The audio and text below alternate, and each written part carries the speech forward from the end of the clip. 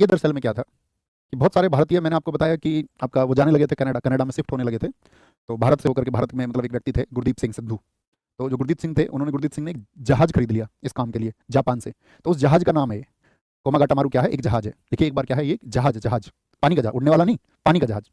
तो ये पानी का जहाज होकर जाता था एशिया के बहुत सारे देशों में होकर के, आपका संघाई वगैरह, चाइना, जापान वापान, इन सब के जिन व्यक्तियों को जाना होता था वो बैठ के कहाँ पहुंच जाते थे? कनाडा पहुंच जाते थे।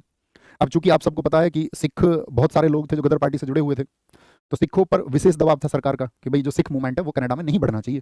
तो सिखों पर रोक कैसे लगे? तो उन्होंने इस रोक के लिए तरीका देखा कि कोमागाटा मारू जो जहाज आएगा कनाडा में, हम उसको एंटर नहीं करने देंगे। तो ऐसा ही एक जहाज था कोमागाटा मारू। तो ये पहुंचा। अब ये जब पहुंचा तो इसके लिए याद रखना, इसमें टोटल 376 यात्री थे, 376 पैसेंजर्स। देख लेना, ये पानी का जहाज था। 376 यात्रियों में क्या था? 340 सिख थे।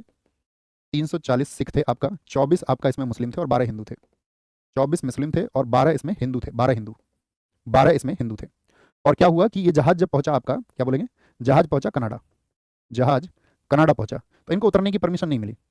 सिर्फ इसमें से जो परमिशन मिली उतरने की वो मिली मुस्लिमों को, सिखों और हिंदुओं को उतरने नहीं दिया गया। अब ये लोग तो उतार लिए, तो ये लोग यहाँ पे आपका बहुत, इनको बहुत बुरा लगा कि भाई यार ऐसे कैसे तुम हमारे जहाज को रोक सकते हो।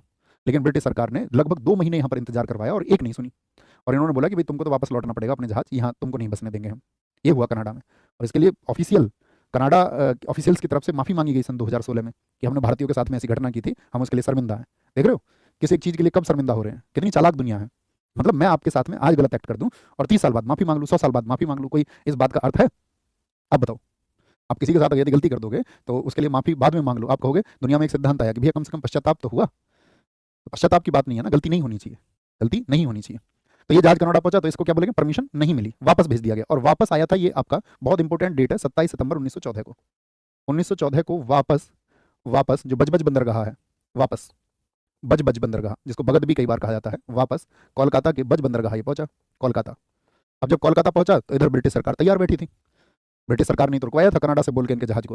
अब वापस आए तो ब्रिटिश सरकार ने इधर जो है उन लोगों को यहाँ भी नहीं उतरने दिया और उनके खिलाफ कार्रवाई, मार पीट ये सब शुरू कर दी उन्होंने। तो यहाँ पर जो सिख लोग थे उनको गुस्सा आया बहुत ज़्यादा, जितने बाकी यात्री थे उनको भी गुस्सा आया। तो उन्होंने एकदम से ब्रिटिश सरकार के खिलाफ में क्या है बोला कि भाई हम ये अत्याचार नहीं सहेंगे। लेकिन ब्रिटिश सरकार ने तो गोलियां चला दी, बहुत सारे लोगों को यहाँ पर बंदी कर बना लिया गया और लगभग 22 लोगों को गोली मार दी गई।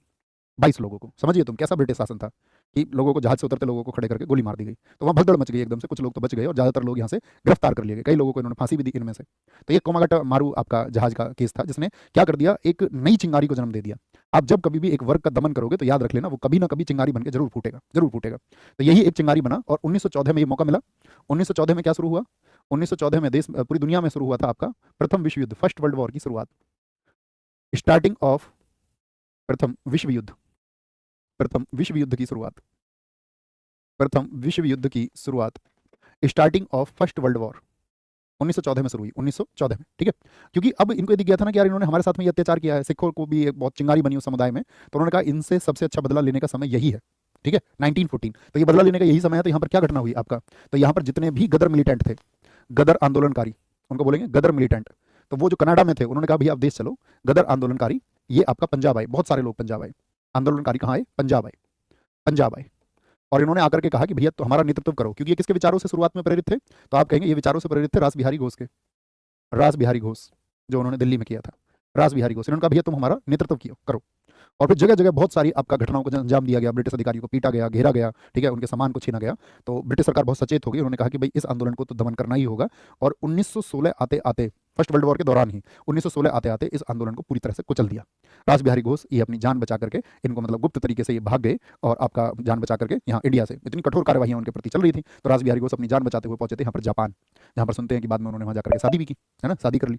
तो नेतृत्व किसने किसको दिया था? याद रख लेना, जब आपसे पूछे कि गदर आंदोलनकारी 1914 या प्रथम विश्व युद्ध के दौरान भारत आए, तो उन्होंने अपनी जो लीडरशिप थी वो किसको दी थी? रास बिहारी घोष को दी थी। ओके, ये आपको याद रखना है, ठीक है, रास बिहारी घोष को वो दे देते, सॉरी रास बिहारी घोष करो, आप भी कंफ्यूज हो गए, रास बिहारी बोस, घोष नहीं, रास बिहारी बोस, रास बिहारी बोस को ये आपका क्या बोलेंगे? रास बिहारी बोस, लिखो एक बार, बोस बोस बोस, बोस होगा, हाँ आप देखो आप सब भी समझ गए, बॉस नहीं बोस, बोलो जी, बहुत बढ़िया, बहुत बढ़िया, बहुत सही, बहुत सही, बहुत सही, वेरी गुड, बहुत शानदार। तो क्या बोलेंगे, ये आपका, हम आपको बता रहे थे गदर आंदोलन को, ठीक है। तो ये गदर आंदोलन चला था और गदर आंदोलन को कब कुचला गया? याद रखें, इसको लिख लें एक डेट, 1916 में इसको कुचल दिया गया। लेकिन आंदोलन तो एक खत्म होगा तो दूसरा शुरू होगा, कहीं ना कहीं भारत के कोने में कहीं ना कहीं तो क्रांतिकारी जीवित हैं। तो ऐसा ही एक आंदोलन शुरू हुआ भारत में, होम रूल आंदोलन, 1916 में इसको कुचला गया। तो मेरा क्वेश्चन आपसे ये है कि होम का मतलब क्या होता है? घर, रूल का मतलब होता है शासन, यानी गृह शासन, गृह शासन। अब हमारा देश था, तो हमारे देश का जो शासन है वो किसके हिसाब से चलना चाहिए था? ब्रिटिशियर्स के हिसाब से या भारतीयों के हिसाब से? तो आप कहेंगे भारतीयों के हिसाब से। तो ये जितने भी आंदोलनकारी थे, तो क्या ये ब्रिटिश सरकार से छुटकारा चाह रहे थे? नहीं, ये बात मत सोच लेना। ब्रिटिश शासन के अंतर्गत ही हमारा शासन हो, यानी ब्रिटिशियर्स जाएं या ना जाएं, लेकिन जो हमारा शासन है, जब जाओगे ठीक है, लेकिन हमारे अभी शासन को हमको दो। अभी जो नीतियां हैं वो हम बनाएंगे, ठीक है? जितने भी हमारे यहाँ पर परिषदें चल रही हैं, नगर पालिका, ग्राम वगैरह, जो कुछ भी है, ये सब चीज़ें किसके अंदर में होनी चाहिए? इन सब चीज़ों पर भारतीयों का केंद्रीकरण होना चाहिए, और वो भारतीयों के हिसाब से चले, अकॉर्डिंग टू द इंडियंस। बहुत बढ़िया, वेरी गुड, बहुत बढ़िया। तो होम रूल आंदोलन यही एक तर्ज पे चला था, क्योंकि ये क्या कहते थे? एक तो आपका अगर बात करें ऑस्ट्रेलिया, ऑस्ट्रेलिया एक देश था, ये लिखो ऑस्ट्रेलिया। एक था आपका कनाडा, जहाँ पे भारतीय जा रहे थे। ऑस्ट्रेलिया, कनाडा, साउथ अफ्रीका लिखो, साउथ अफ्रीका। एक था आपका न्यूजीलैंड, न्यूजीलैंड। यहाँ पर क्या था? यहाँ पर भी आपका ब्रिटिश उपनिवेश था, यानी जैसे भारत में था, तो यहाँ पर भी ब्रिटिश उपनिवेश था तो बहुत सारे देशों में। इन चार का जिक्र क्यों कर रहे हैं हम? क्योंकि यहाँ पर इनको होम रूल के राइट मिले हुए थे। क्या मिले हुए थे? होम रूल राइट्स इनको मिले हुए थे, होम रूल राइट्स।